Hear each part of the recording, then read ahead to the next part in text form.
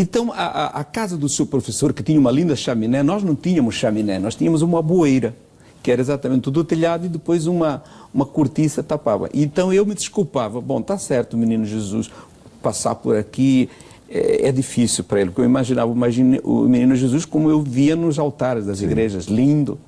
Então ele aqui tem dificuldades na casa do Senhor. Traz presentes mais pobrezinhos. Claro.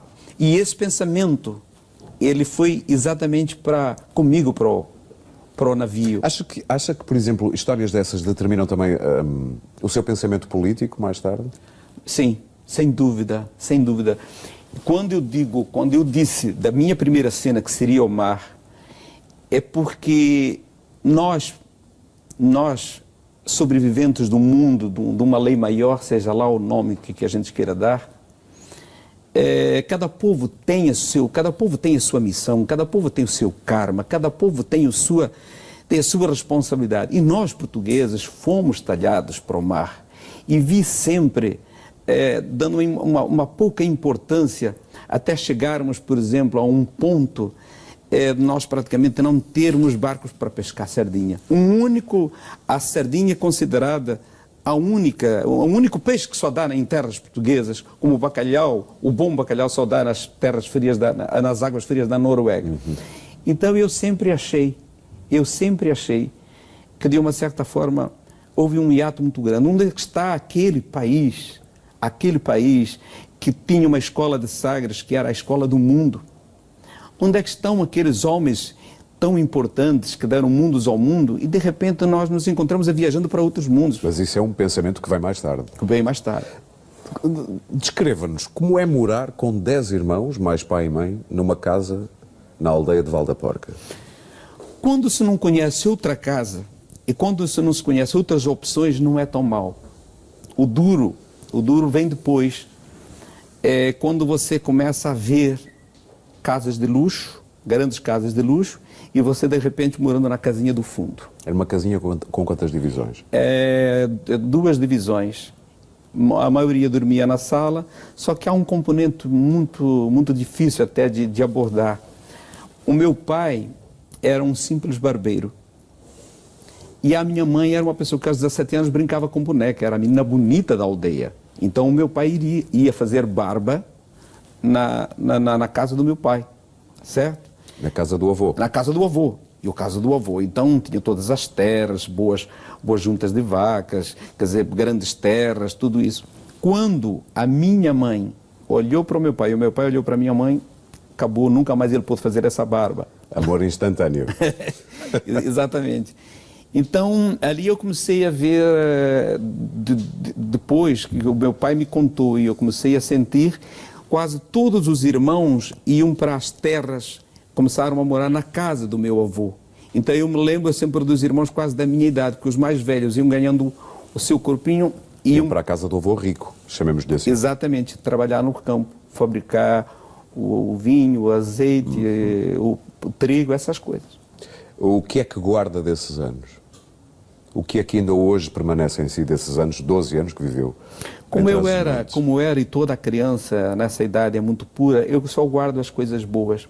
Até hoje eu sou uma pessoa que permanece muito pouco as coisas ruins dentro de mim. E então no filme da sua vida, que cena é que podemos projetar de modo a vislumbrarmos esse Roberto Leal menino em Trás-os-Montes? A brincar?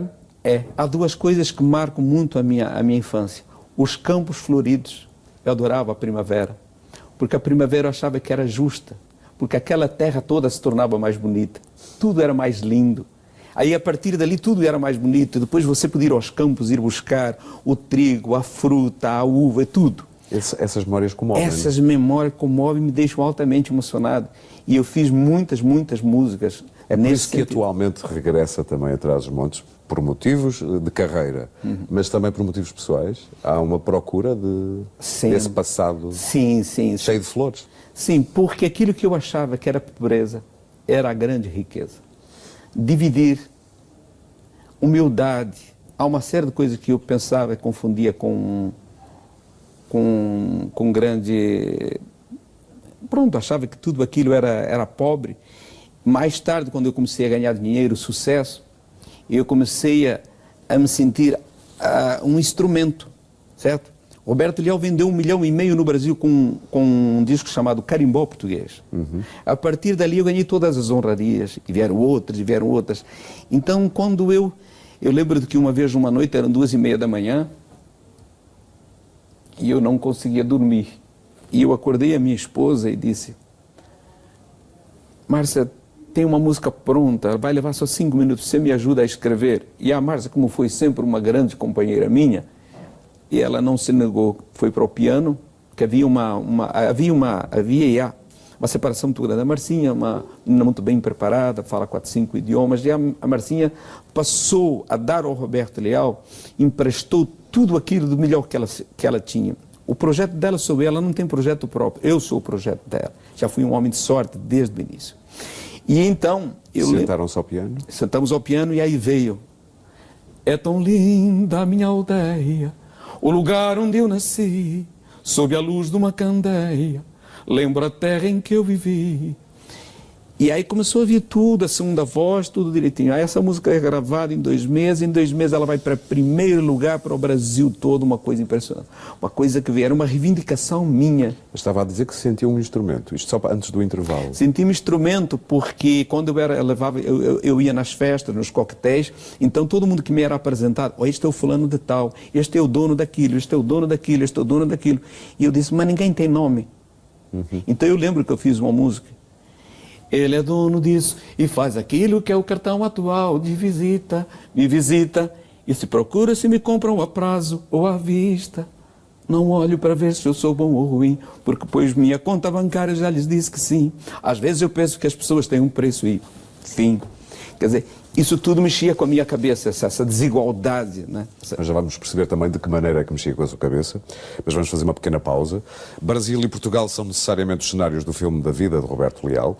O português é o mesmo, mas os sons e as cores desse português são muito diferentes. A guionista Maria João Cruz ficou com a tarefa de imaginar um filme com base nesta Torre de Babel luso-brasileira. E vamos vê-lo já a seguir um breve intervalo. Até já.